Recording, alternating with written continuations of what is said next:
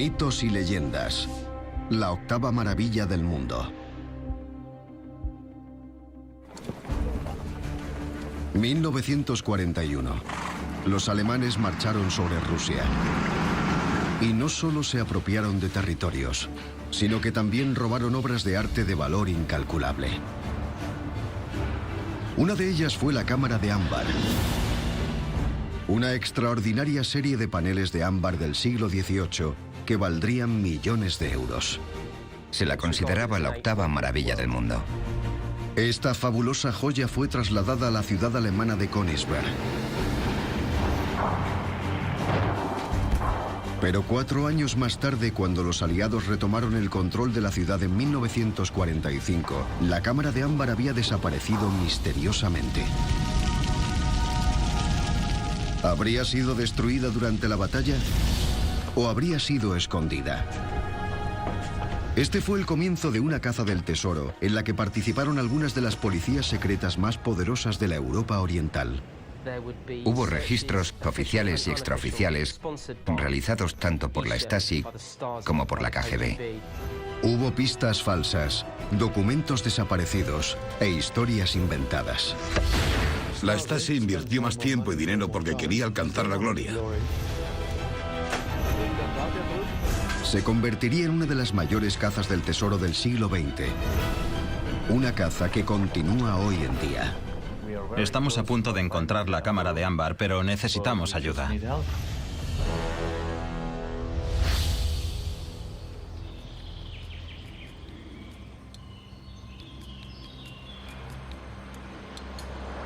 Los Montes Metálicos, al sudoeste de Alemania.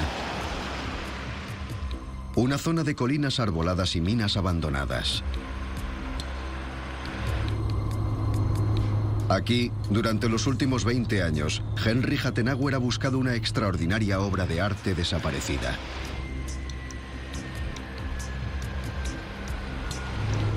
Un tesoro ruso robado al final de la Segunda Guerra Mundial y que jamás volvió a ser visto.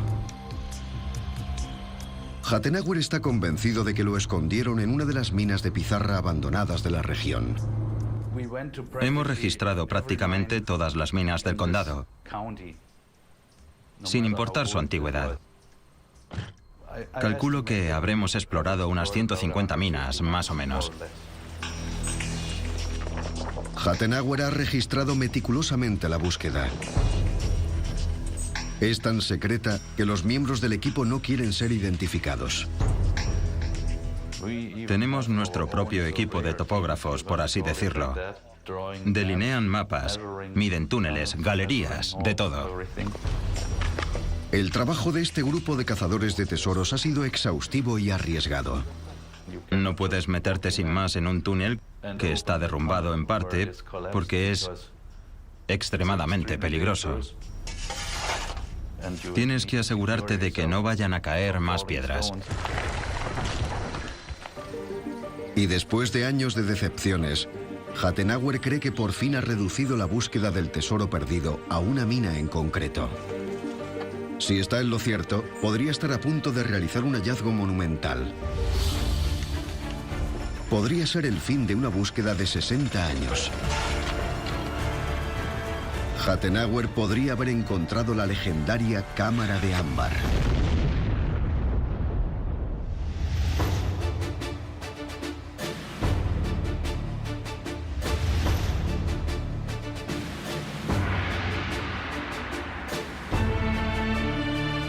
Era una de las habitaciones más extraordinarias jamás creadas.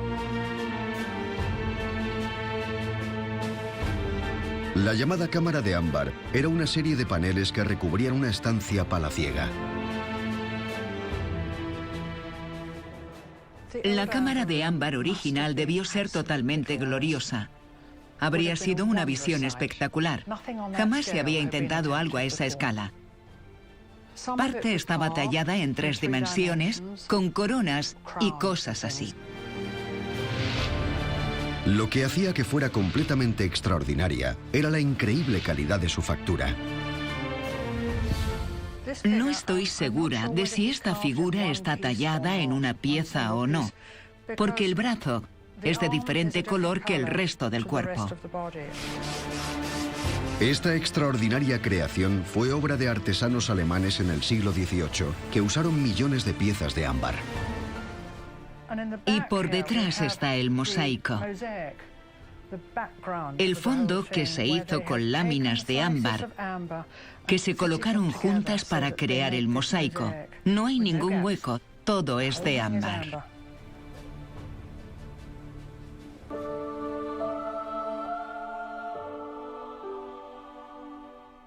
El ámbar es una sustancia semipreciosa que solo se encuentra en algunos lugares del mundo. Uno de los principales yacimientos está en la costa báltica de Polonia. Está formado por resina de árboles prehistóricos que crecieron en esa región hace 60 millones de años. A principios del siglo XVIII, la cámara de ámbar se convirtió en un símbolo de la magnífica habilidad de los artesanos alemanes. Era considerada la octava maravilla del mundo. El motivo era que a nadie se le había ocurrido la idea de usar el ámbar arquitectónicamente.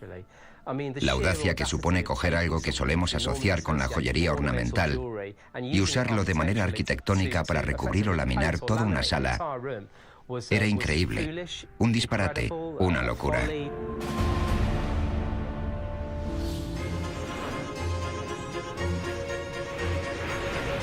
En 1716, este extraordinario regalo fue entregado por los alemanes a uno de los emperadores más poderosos de toda Europa,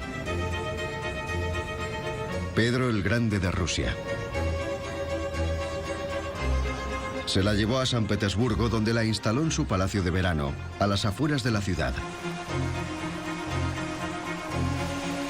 Allí fue expuesta 150 años, hasta el verano de 1941.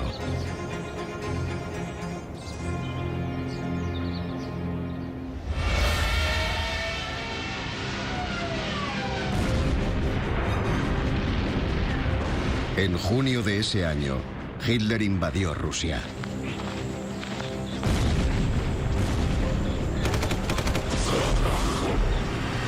Y las fuerzas alemanas no solo estaban interesadas en invadir territorios. Se trataba de una operación meticulosamente planeada, en la que participaban expertos de arte para apropiarse de cualquier cosa que representara la artesanía alemana. El propio Hitler era un fanático que buscaba obsesivamente obras de artistas alemanes de los siglos XVII y XVIII.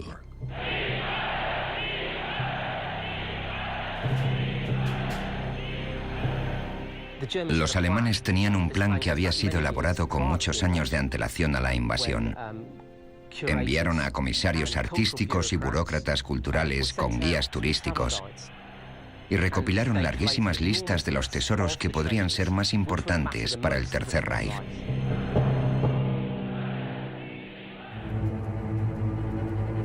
Y en lo más alto de su lista estaba la cámara de ámbar. Pensaron que la cámara de ámbar formaba parte del legado alemán y querían recuperarla. Para los nazis, la cámara de ámbar representaba el poder alemán.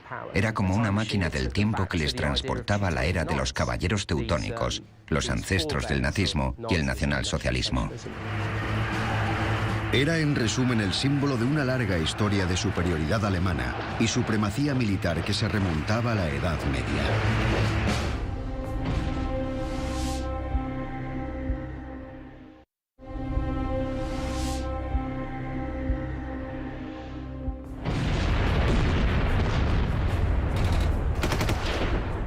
Mientras los alemanes avanzaban por tierras rusas, los conservadores soviéticos tenían que trabajar a contrarreloj. Miles de valiosas obras de arte tenían que ser embaladas y enviadas al este, lo más lejos posible, a Siberia.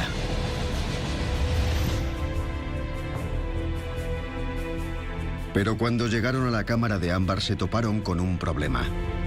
Parecía demasiado frágil para moverla. Cuando los comisarios intentaron quitar el ámbar de las tablas del fondo, descubrieron que se había vuelto muy quebradizo. Podría haber sido posible desmontarla sin causar ningún daño, pero era muy arriesgado. Así que en lugar de eso, decidieron camuflar la cámara como si fuera otra cosa cualquiera. Tenían papel de fumar, que era casi lo único que llevaban en los bolsillos, y se les ocurrió la idea de que actuaría como una tirita para que el ámbar no se agrietara. Encima del papel de fumar pusieron algodón que sacaron de cojines. Y por encima sábanas y luego papel pintado. Hicieron todo lo que pudieron.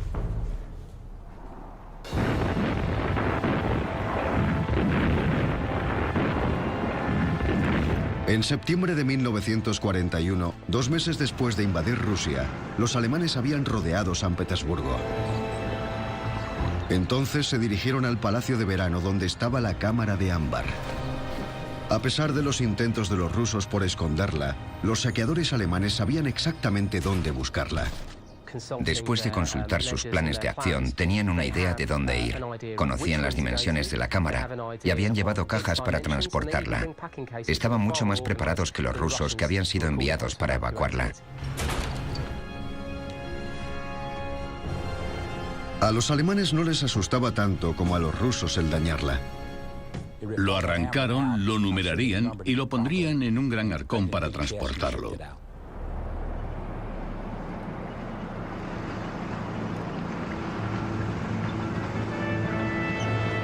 En cuestión de días, la cámara de ámbar estaba de camino desde San Petersburgo a la ciudad alemana de Königsberg, la actual Kaliningrado. Allí la montaron en el Museo del Castillo. Ese sería el último paradero conocido de la cámara de ámbar. Lo que le pasó después fue turbio y polémico.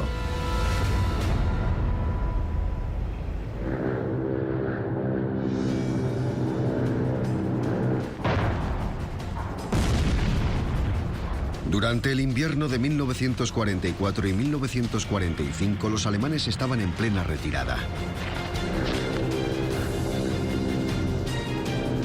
Aviones aliados bombardearon las defensas alemanas en Kaliningrado.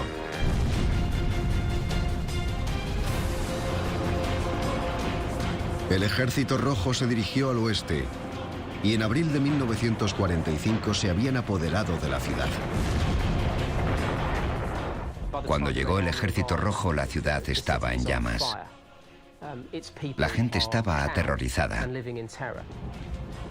Cada uno de los soldados del Ejército Rojo que llegó a este foco del nazismo quería destruir al menos una parte.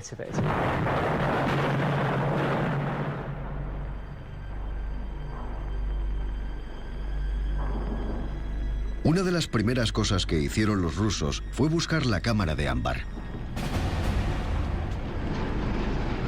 Pero a pesar de registrar toda la ciudad, no pudieron encontrarla.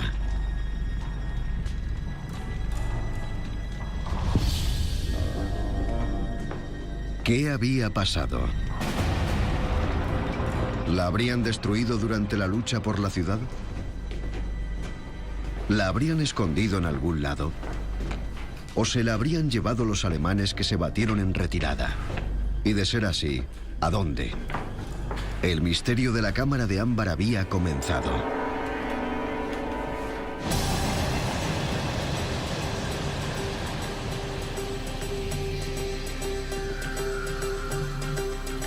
En la primavera de 1945, la Unión Soviética envió equipos de expertos en arte para peinar los escombros de Europa en busca de los tesoros que les habían arrebatado.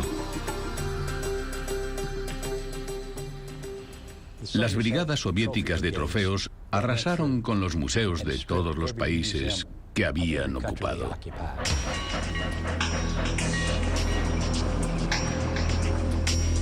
Un lugar al que se dirigieron fue a Kaliningrado, el último paradero conocido de la cámara de ámbar. La misión fue liderada por uno de los mayores expertos en arte del país, Anatoly Kuchumov, que había sido el principal conservador de la cámara de ámbar en los años previos a la guerra. En Kaliningrado, rápidamente encontró una pista muy significativa. La cámara de ámbar tenía 4 mosaicos de piedra. Entre los restos del castillo encontró fragmentos de 3 de ellos. Los 3 eran muy frágiles. El fuego los había dañado y se desintegraban al tocarlos, pero el cuarto había desaparecido. Kuchumov no encontró ningún fragmento del cuarto mosaico. Debían de habérselo llevado. Y para Kuchumov esto era muy significativo. Si había desaparecido uno de los paneles, ¿qué más faltaría del resto de la cámara? Esa era la lógica de Kuchumov. Si se habían llevado el panel, también tenían que haberse llevado las paredes de ámbar, que eran mucho más valiosas. En su opinión, era más que probable que la cámara de ámbar hubiera sobrevivido al sitio de Königsberg. Pero si había sobrevivido, ¿dónde estaba?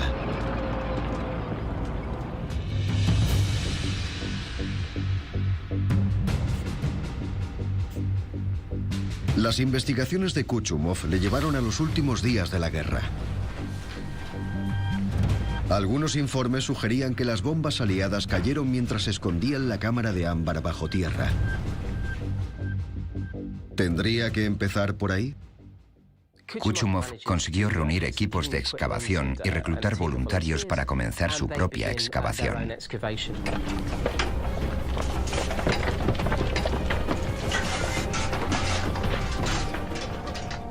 Pero no encontró nada. La búsqueda de la cámara de ámbar se convertiría en una de las mayores cazas de tesoros del último medio siglo.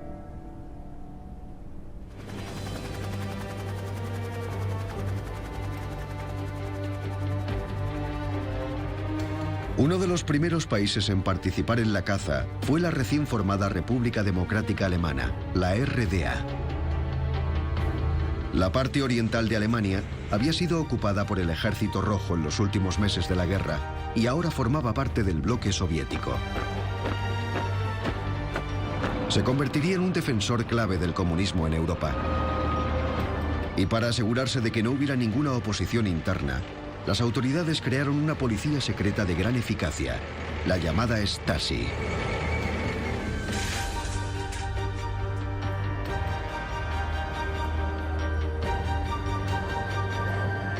El cuartel general de la Stasi estaba en un gran bloque de oficinas de Berlín.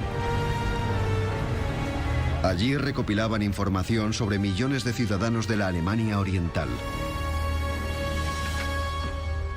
A finales de los 40, la Stasi se enteró de la desaparición de la cámara de ámbar y comenzó su propia búsqueda. La RDA estaba deseando quedar bien a ojos de Moscú.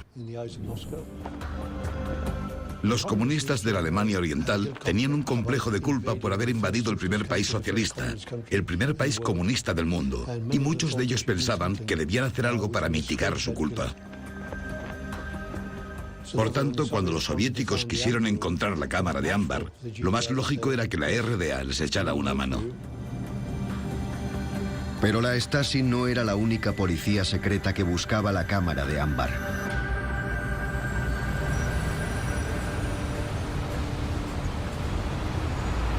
En Moscú, los rusos recurrieron a la KGB, que tenía su base en la famosa Lubyanka.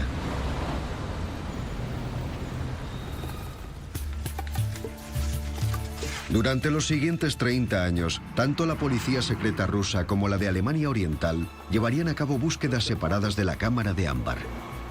Había 2 investigaciones secretas en paralelo, una la de la KGB y otra la de Alemania Oriental, llevada a cabo por sus compañeros de la Stasi. Pero la búsqueda no fue ni fraternal ni cooperativa. Si la KGB hubiera creído haber encontrado el rastro de la cámara de ámbar, no se lo habría revelado a la Stasi, porque quería para sí toda la gloria.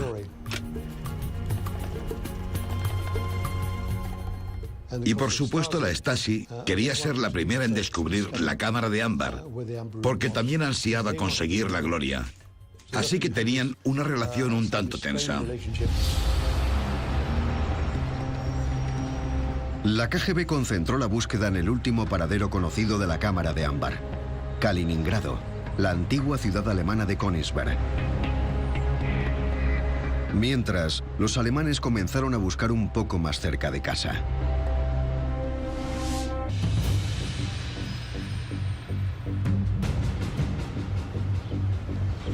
En 1958, la Stasi hizo algo sin precedentes en el severo régimen de la República Democrática Alemana. Un régimen famoso por su secretismo hizo algo muy público. En un periódico de la Alemania del Este, Freie Welt, se publicó una petición pública de ayuda. Hicieron un llamamiento. Había pistas que conocía la gente de a pie, y era el momento de reunir esas pistas para que la búsqueda llegara a las masas. Si alguien sabía algo, tenía que contactar con su ayuntamiento, con los periódicos, con la KGB, con la Stasi o con quien quisiera. Pero si eran ciudadanos leales, tenían que colaborar con la búsqueda. La investigación alemana estaba liderada por un agente de la Stasi llamado Paul Enka. Paul Enka era un nazi, un miembro de las juventudes hitlerianas que fue capturado por los soviéticos, reeducado para que aceptara el comunismo, cosa que hizo, y a pesar de haber pertenecido a las juventudes hitlerianas, se convirtió en un coronel de la Stasi, un miembro de pleno derecho de la policía secreta.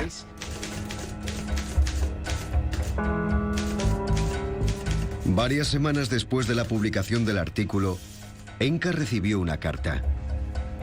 La mandó un hombre con una historia muy peculiar.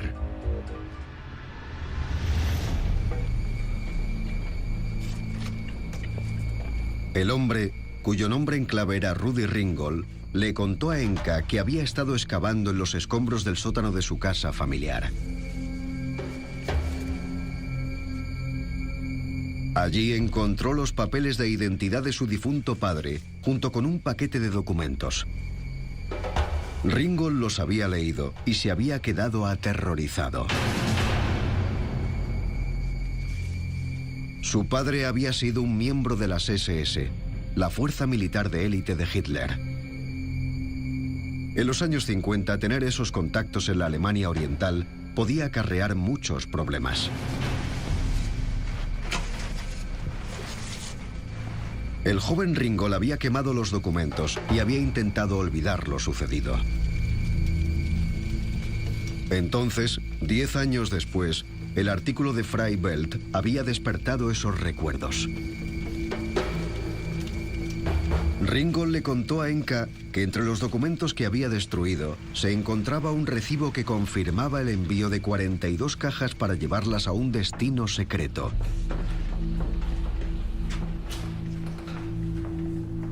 Y lo que es más importante, recordaba la transcripción del mensaje por radio. Acción cámara de ámbar concluida. Almacenada en BSCH. Acceso dinamitado. Bajas por acción enemiga.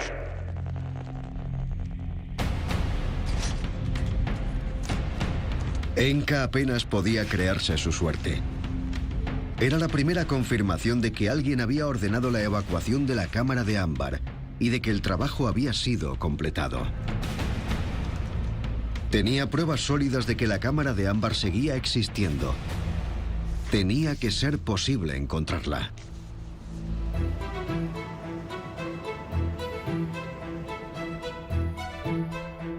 Examinando más documentos nazis, Enka encontró unos que sugerían que el mensaje de radio había sido enviado desde un pequeño pueblo minero en los Montes Metálicos. El pueblo se llamaba Lehmfeld. Había 3 escondites en potencia para la cámara de ámbar. Los rusos seguían creyendo que estaba escondida en algún lugar de Kaliningrado. Las investigaciones alemanas habían identificado inicialmente algún lugar cerca de la ciudad fronteriza de Görlitz. Y después sugirieron que podría estar cerca del pueblo alemán de Lehmfeld.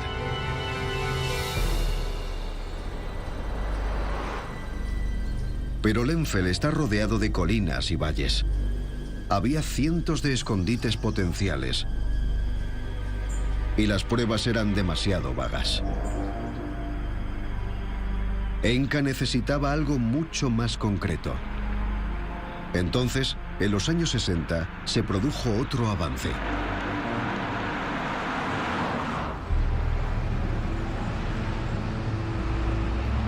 Provenía de las investigaciones paralelas de Rusia.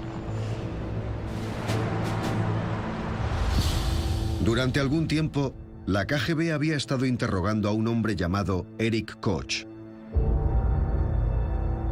Koch había sido un importante oficial nazi. A lo largo de la guerra había sido el Gauleiter, o jefe de Kaliningrado. Había sido el hombre responsable de instalar la cámara de ámbar en el Castillo Museo.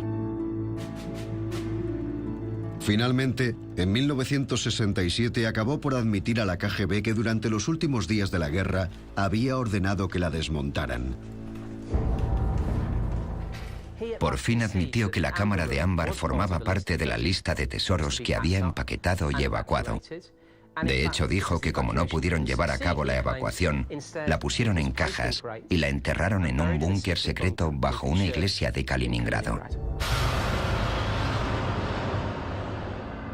Estas nuevas pruebas respaldaban la teoría del comisario ruso Anatoly Kuchumov, según la cual la cámara de ámbar no estaba en los montes metálicos de Alemania. Seguía en Kaliningrado.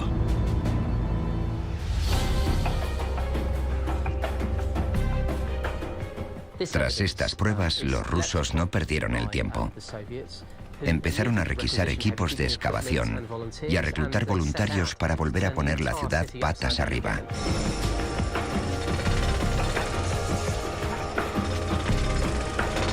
Una vez más, los rusos registraron Kaliningrado. Y de nuevo no volvieron a encontrar nada. Si la cámara de ámbar estaba escondida en la ciudad, su escondite seguía siendo un misterio.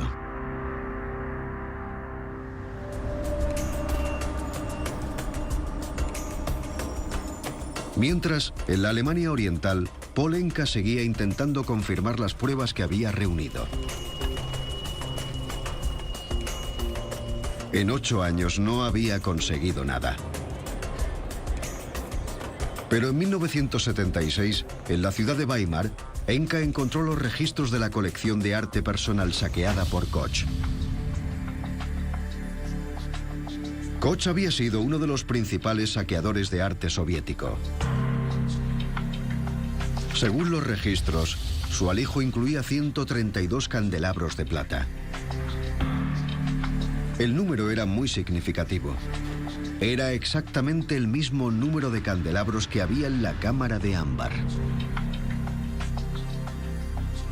¿Acaso serían los mismos? Enka interrogó a los habitantes de Weimar. Gradualmente descubrió un nuevo rastro que sugería que Koch había mentido a la KGB. Una de las historias que contaba incluía una ambulancia. En ella cargaron las cajas con misteriosos tesoros de un valor incalculable ayudados por la Cruz Roja. Como era un vehículo neutral, no sería atacado ni por aire ni por tierra, y escaparon de Weimar llevándose esos tesoros. Según los registros, se habían llevado el tesoro al sur, a los Montes Metálicos. Si Enka estaba en lo cierto, la cámara de ámbar no estaría en Kaliningrado. El rompecabezas empezaba a tomar forma. Las pruebas aportadas por Rudi Ringgold también apuntaban a los Montes Metálicos.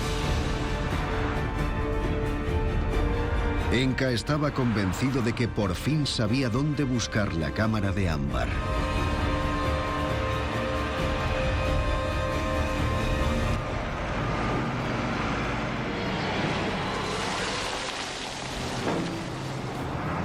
Ese año Enka empezó a buscar minas abandonadas en la región. Empezaron a registrar una serie de minas, llevaron el equipo necesario para excavar y se gastaron una considerable cantidad de dinero en esta operación. Era una operación a gran escala que requería un gran número de voluntarios. Enka redujo la búsqueda a una sola mina, pero la entrada estaba bloqueada por rocas. Los alemanes trabajaron duro y eliminaron los bloques con cargas explosivas. Pero a Enka le esperaba una desagradable sorpresa. Cuando consiguieron llegar a las zonas que habían marcado como las ubicaciones clave, descubrieron que en lugar del tesoro había hojas del Pravda enrolladas y quemadas. Pravda era el periódico del Partido Comunista Ruso. La fecha de las páginas quemadas era de julio de 1945. El Ejército Rojo lo usaba para enrollar cigarrillos. Las fuerzas soviéticas ya habían explorado la mina 31 años antes y claramente no habían encontrado la cámara de ámbar. Pero nadie se molestó en contárselo a Enka o a sus colegas alemanes. La operación le había costado a la Stasi casi $500,000. Había sido un vergonzoso y caro fracaso.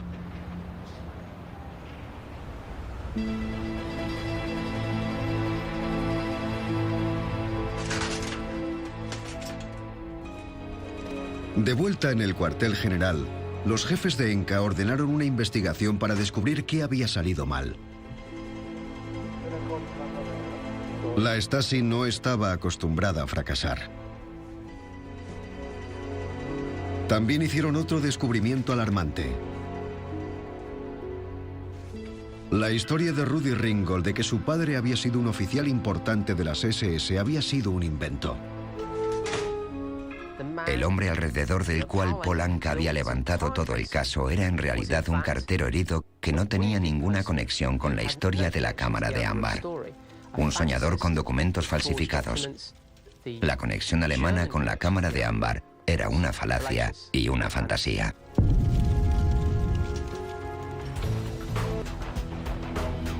A pesar de este revés, la Stasi pasó los siguientes 10 años buscando la cámara de ámbar. Después de haber comenzado la operación, la Stasi no se dio por vencida. No tenían el concepto de rentabilidad. Lo importante era el objetivo y por tanto cada vez se gastaron más y más dinero, a pesar de que los resultados obtenidos eran más bien escasos, aunque las probabilidades de encontrar la cámara de ámbar eran cada vez más pequeñas. Eso no importaba. Era un sistema comunista. Simplemente siguieron buscando. De hecho, la búsqueda solo terminó cuando algo más grande cambió el mundo entero.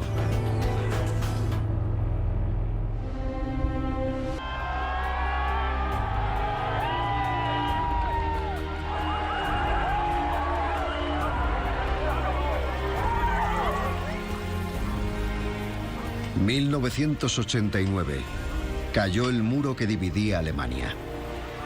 Fue el colapso del comunismo en toda Europa. La Alemania oriental y la occidental volvieron a unirse.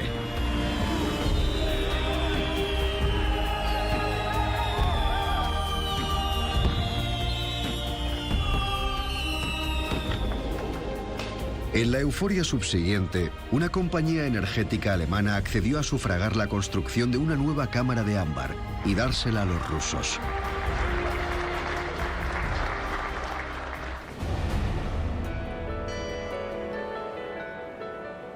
El trabajo duró varios años.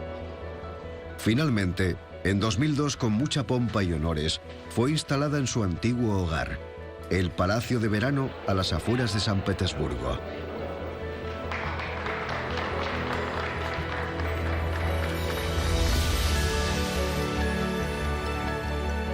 Puede que no fuera la original, pero seguía siendo espectacular. A pesar de ese éxito, quedaba una gran pregunta en el aire. ¿Qué había pasado con la cámara de ámbar original?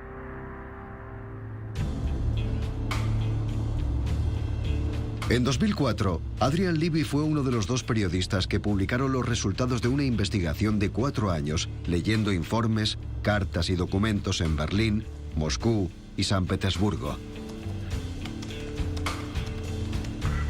La investigación le había llevado a 1945, a los meses posteriores a la guerra.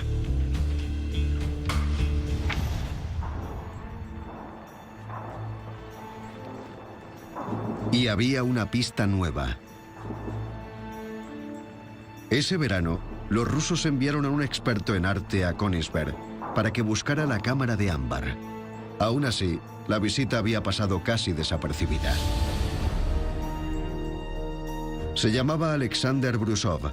Era profesor del Museo Estatal de Historia en Moscú. Lo que sorprendió a Brusov cuando llegó a Königsberg es que no se había intentado asegurar las ruinas del castillo de Königsberg para trazar un perímetro alrededor y proteger los tesoros que guardaban en él. Poco a poco, Brusov trazó la cronología de los acontecimientos. Hasta la rendición de Königsberg, el castillo estaba intacto.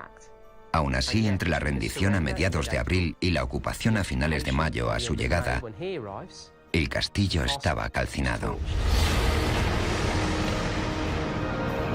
La gran pregunta era, ¿había desaparecido la cámara de ámbar con el castillo? Y de ser así, ¿quién era el responsable? Brusov llegó a una incómoda conclusión. En su informe y en su diario personal escribió que el incendio era responsabilidad del Ejército Rojo, que vio el castillo como el paradigma del nazismo, de todo lo que odiaban. Y lo incendiaron sin pensar en lo que podría estar guardado en sus sótanos.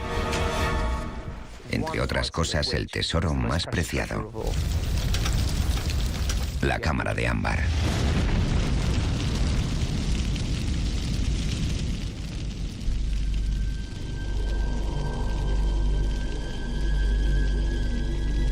Así que los propios rusos habían destruido la cámara de ámbar. Y además se fijaron un vergonzoso y espectacular objetivo. Brusov ya había resuelto el misterio en 1945. Pero ¿por qué habían mantenido la verdad en secreto? ¿Por qué los rusos seguían afirmando que existía? Para Levy, la respuesta era sencilla. La idea de que el Ejército Rojo hubiera destruido de forma negligente una de las obras de arte más importantes del país no era una noción que las autoridades soviéticas pudieran aceptar. Así que crearon una nueva verdad. Y así nació el mito de que la cámara de ámbar hubiera sido salvada y escondida.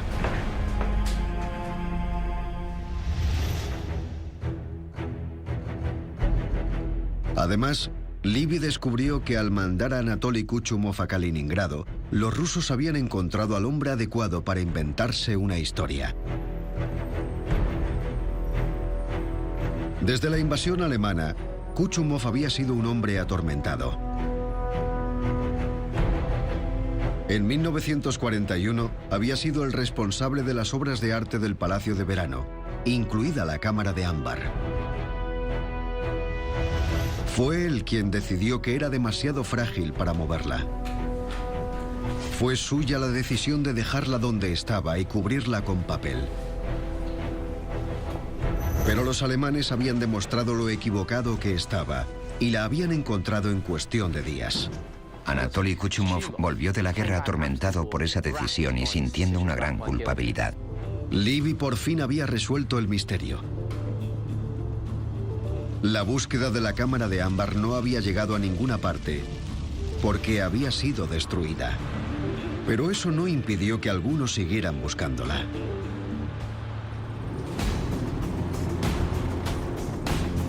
A principios de los años 2000, el cazador de tesoros Helmut Hensel lideró una búsqueda de la cámara de ámbar en la República Checa, cerca de la frontera alemana. Decía que, según algunos rumores, unos camiones de gran tamaño habían transportado la cámara de ámbar a una mina de plata abandonada al final de la guerra. ¿Por qué iban a venir aquí todos esos camiones en los últimos días de la guerra? Tenía que haber algún motivo. Mientras, en la frontera de Alemania, donde la mina tenía otra entrada, el alcalde del pueblo también empezó a excavar. Los aparatos de medición han mostrado un espacio vacío y objetos de metal. Queremos comprobarlo con una excavación. Ninguna búsqueda ha sido fructífera. Pero un hombre no ha perdido la esperanza. En lo más profundo de los montes metálicos, Henry Hattenauer sigue persiguiendo su sueño de descubrir la cámara de ámbar.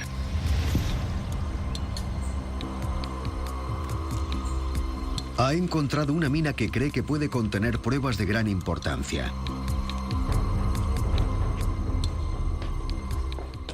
Hemos encontrado huellas de botas de las SS.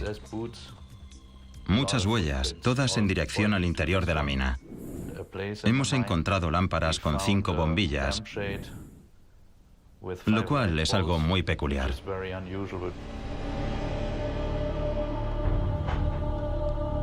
En ese tipo de minas nunca se encuentran aparatos eléctricos porque fueron abandonadas en el siglo XIX, antes del uso de la luz eléctrica. Para Hattenauer, esto sugería que habían sido usadas mucho más recientemente. Lo más probable es que esta mina no se usara con un fin normal y corriente.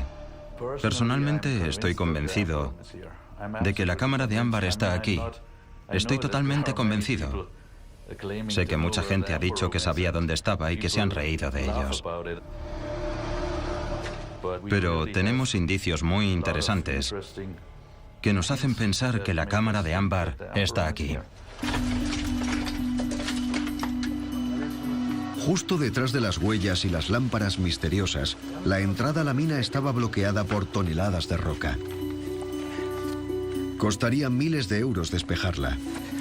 Dinero que Hattenauer y su equipo no tienen. Estamos muy cerca de encontrar la cámara de ámbar, pero necesitamos ayuda. No podemos hacerlo solos. Hasta ahora Hattenauer no ha encontrado mucho apoyo. Pero aún así no pierde la esperanza. Tal es el valor y el misticismo de la cámara de ámbar, que sigue ejerciendo una atracción magnética sobre cazadores de tesoros. A pesar de que todas las pruebas sugieren que fue destruida hace más de 60 años.